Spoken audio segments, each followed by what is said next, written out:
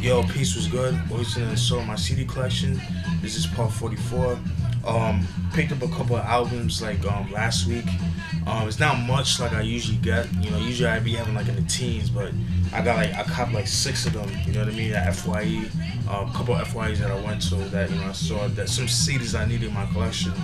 But yeah, you know how I get down. Without further ado, I'm gonna show you guys the albums that I copped throughout the week or last week, whatever. Is Doug Life's first album, Volume 1, released in 1994. For those who don't know who Doug Life is, they're a group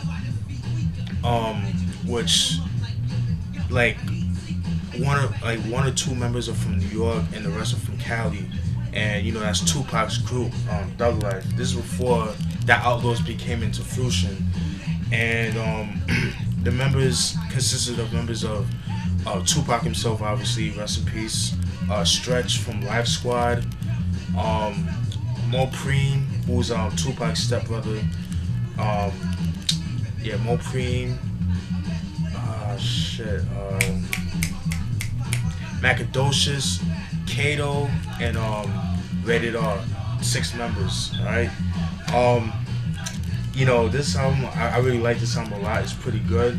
This is Tupac before he got with Death Row. This is before he had because to me, like Tupac at the time,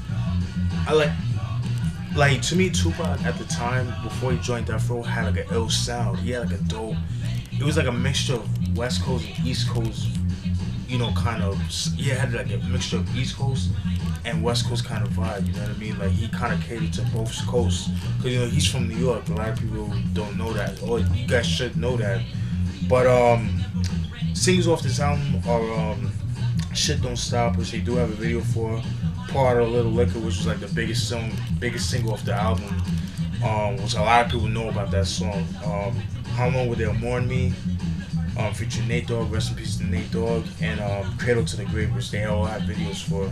But yeah, I'm glad to own this joint right here. I believe this album was actually out of print, but I had a hard time finding this, but which I'm kind of surprised because you think with Tupac, be the big star that he is, big artist that he is, you would be able to find some of his stuff. But I guess it's because of where I live. Because like I said before, there's certain albums I've been trying to get that's common everywhere else, but for some reason here in West Palm, it's not really that common. So you know what I mean. So sometimes I have a hard time finding certain albums, and a lot of times people are not really buying CDs anymore. So it's that kind of thing. But it is what it is. Glad to own this joint right here. Doug Life Volume 1. I will definitely be doing a review on this joint, so stay tuned for that. Released in 1994.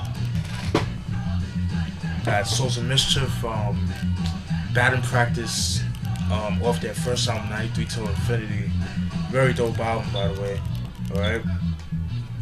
Then I got Akuze's 8th album, G.O.A.T, or Greatest of All Time, for the acronym for that, for G.O.A.T. This is his 8th album. This was released in 2000. This album came out 3 years after the Phenomenon album, which I did a review on. Yeah, man. Like I said, it's kind of like a continuation of Phenomenon, but a little bit more better than Phenomenon, in my opinion. Singles off this album is there's 2 singles, Imagine That, and You and Me featuring Kelly Price, and those are the singles off the album. You know what I mean? Yeah, glad to own this joint right here. I might as well just get all of his albums because I pretty much got like a lot of his albums. I have Bigger and Deffer. I have Mama Should Knock You Out. I have 14 Shots to the Dome. I have Mr. Smith, which I do need to do a review on Mr. Smith and Phenomenon. But yeah, El Cooley's his 8th album. Like I said, this was like around the time that him and Cannabis had that beef, but it was kind of dying down in a sense. You know what I mean? But yeah, LL Cool J, Greatest of All Time, released in 2000. Then we got Ja Rule's 2nd album, Rule 336, released in 2000.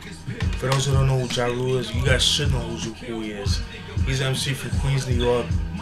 He got a start back in the mid-90s. With Irv Gotti. They had a group called Cash Money Click back in like 94, 95. Mike Geronimo, like I mentioned, was like kind of affiliated with the Cashman. He wasn't part of the group, but he was affiliated with them. And they came up with 2 singles. For My Click, which was the first single, then Get the Fortune, which was the second single. From what I understand, I think they completed the album by they completed because they were under Def Jam, and they completed. I believe they made an album, but it never came to fruition. Why, I don't know, or maybe they never did. I'm not sure. But there's a couple of songs besides Get the Fortune and For My Click that they released as a group. It's on YouTube. You can check them out. But then fast forward to like 1998, he came out with like he just was featured on a couple of albums. Like he was featured on the Belly soundtrack, which he has an ill-ass song called Story to Tell, which was actually featured on his first album, Veni Vidi Vici, which I do have in my collection. Then he was also featured on the Hard Knock Life tour and the backstage the Hard Knock Life tour soundtrack. He has a couple of songs on that shit. Then he was featured on Jay-Z's Hard Knock Life album that came out in '98, that same year. And then fast forward to 1999, he had came out with his first album, Veni Vidi Vici, which I do have, like I said before. Dope album. I'll definitely be doing a review. I got mad albums that I gotta review, so probably after this I will be doing a review on that joint, or on a couple albums, excuse me. Anyways, then 1999, Veni Vidi Vici came out. Had singles like Kill 'Em All featuring Jay-Z, Holla Holla, which was like a big song back in the late 90s, and can't think of any other singles off the album. There might be more, but I'm not sure. It's been a while since I heard the album, but yeah. And then in 2000 he came out with this album right here, Rule 336. When I first heard this album back in 2001, I was kind of like, I was one of those dudes that did not like Ja Rule at all. I'm not the biggest Ja Rule fan, but when I first heard it, I didn't really like it too much. But then in retrospect, when I got older, I kind of appreciated the beats were dope and all that stuff. And it's Rule 336. Singles off this album is Between Me and You, which was big back in the day. Featured Christina Milian, which I believe was her first appearance, like her first introduction to the world. Like Ja Rule kind of gave her that light, you know what I mean? Kind of like gave her, or Irv Gotti, I should say. Irv Gotti, Ja Rule kind of gave her the start of her career, you know what I mean? So I kind of think she owes her career to them. You guys know what I'm trying to say. Put It On Me was a single as well, featuring Vita. This is when he's like in jail and shit like that, and it's pretty cool. And what was the other single?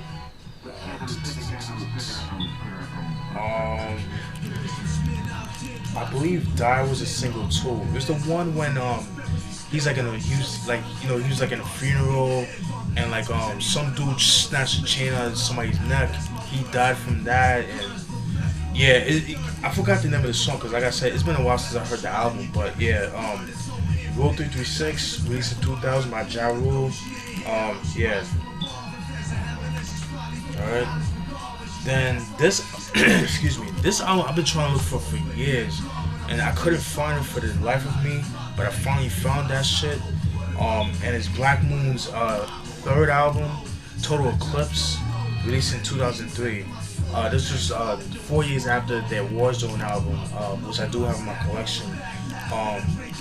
Black Moon Total Eclipse, like I said, because like around like 99 to like the early 2000s, Duck Down Records was like pretty quiet, I mean the whole roster of Duck Down Records, they haven't put out any music. They just kind of went silent.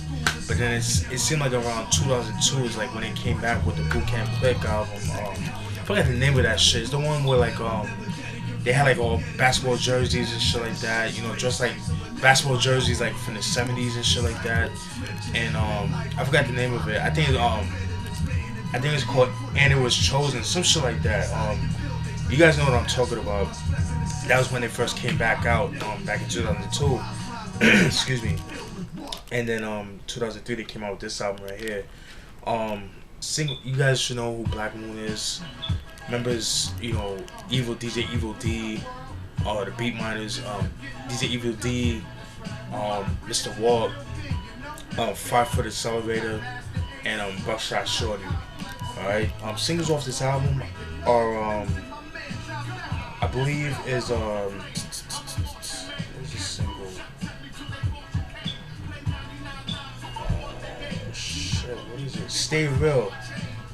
That song, yeah, Stay Real was the first single, and I believe That's How It Is was a single that was a single as well. I'm not sure about that, but Stay Real was definitely a single. There's a video for that joint. Yeah, I'll definitely be doing a review on these albums too, man. But yeah, glad to own this joint right here. Glad to own it. Now I got all the albums except for After the Chemistry. I don't know if that was like an official album because it was like it was songs that like like from the Chemistry album that Buckshot did, but it was just like over beat minus beats. So I don't know if that was like an official album or it was like a compilation album. I'm not sure. You guys let me know about that. But yeah, Black Moon Total Eclipse released in 2003. Excuse me. Then we got Nas's,